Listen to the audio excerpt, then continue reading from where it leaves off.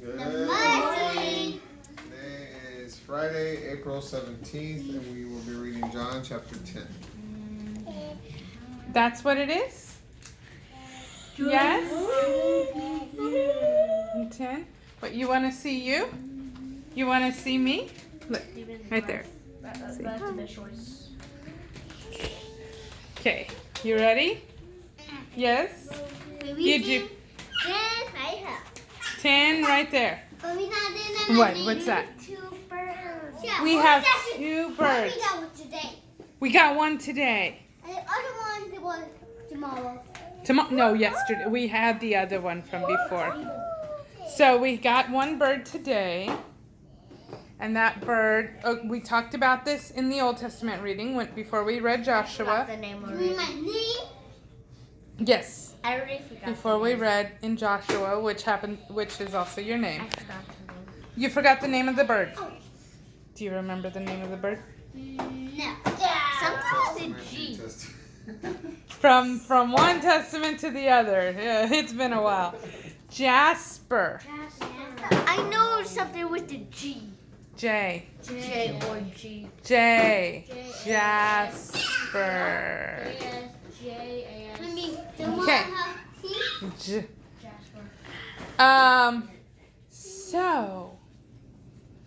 So we got this one from Petco. Who went? Daddy. Daddy went to Petco. And There were only 3 birds. there were only 3 birds there. And they didn't have a lot of animals. Daddy said that they were. Walked in our box. This one walked. Well, but we prayed that God would give us the right bird. And then this one actually walked into the box. It's so strange. So the other ones were flying all over the cage, Daddy said, and this one went straight in. And this one has like a teal, aqua kind of color. Teal on the tail and aqua on the belly, on the tummy, on the front. He likes to explore. So now get chapter 10. You there? Let's find our spots.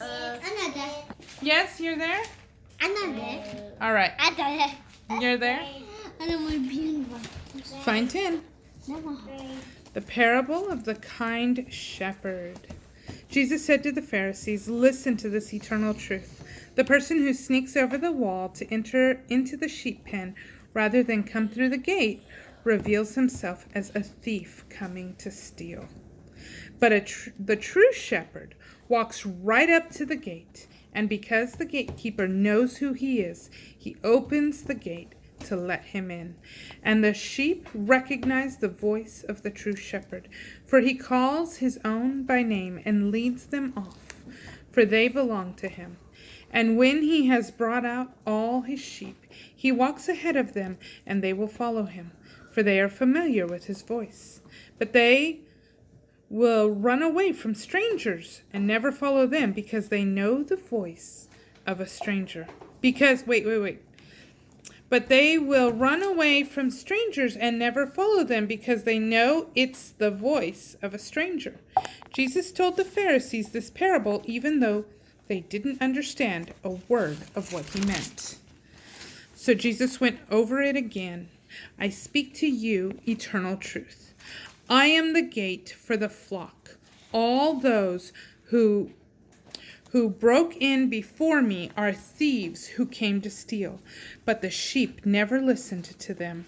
I am the gatekeeper. To enter through me is to experience life, freedom, and satisfaction. A thief has only one thing in mind. He wants to steal, slaughter, and destroy. But I have come to give you everything in abundance, more than you expect. Life in its fullness until you overflow. I am the good shepherd who lays down my life as a sacrifice for the sheep. But the worker who serves only for wages is not a real shepherd, because he has no heart for the sheep. He will run away and abandon them when he sees the wolf coming. And then the wolf mauls the sheep, drags them off, and scatters them. I alone am the good shepherd, and I know those whose hearts are mine. For they recognize me and know me, just as my Father knows my heart, and I know my Father's heart. I am ready to give my life for the sheep. And I have other sheep that I will gather, which are not of this Jewish flock. And I, their shepherd, must lead them too, and they will follow me and listen to my voice. And I will join them into one flock with one shepherd. The Father has an intense love for me because I freely give my own life to raise it up again. I surrender my own life, and no one has the power to take my life from me. I have the authority to lay it down and the power to take it back again. This is the destiny my Father has set before me. This teaching set off another heated controversy among the Jewish leaders. Many of them said, "This man is a demon-possessed lunatic. Why would anyone listen to a word he says?" But then there were others who weren't so sure. His teaching is full of insight. These are not the ravings of a madman. How could a demonized man give sight to one born blind? Jesus at the Feast of Renewal. The time came to observe the winter feast of renewal in Jerusalem. Jesus walked into the temple area under Solomon's covered walkway when the Jewish leaders encircled him and said, "How much longer will you keep us in suspense? Tell us the truth and clarify this for us once and for all. Are you really the Messiah, the Anointed One?" Jesus answered them, "I have told you the truth already, and you did not believe me. The proof of who I am is revealed by all the miracles that I do in the name of my Father. Yet you stubbornly refuse to follow me because you are not my sheep. As I've told you before, my own sheep will hear my voice, and I know each one, and they will follow me. I give to them the gift of eternal life, and they will never be lost, and no one has the power to snatch them out of my hands. My Father, who has given them to me as his gift, is the mightiest of all, and no one has the power to snatch them from my Father's care. The Father and I are one."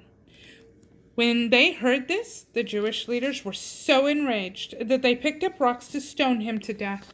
But Jesus said, "My Father has empowered me to work many miracles and acts of mercy among you. So which one of them do you want to stone me for?" The Jewish leaders responded, "We're not stoning you for anything good you did. It's because of your blasphemy. You're just a son of Adam, but you've claimed to be God." Jesus answered, "Isn't it written in your scriptures that God said, 'You are gods'? The scriptures can't be denied or found to be in error. So if those who have the message of the scriptures are said to be gods, then why would you accuse me of blasphemy? For I have been uniquely chosen by God, and he is the one who sent me to you. How then could it be blasphemy for me to say I am the Son of God? If I'm not doing the beautiful works of my Father, that my Father sent me to do, then don't believe me.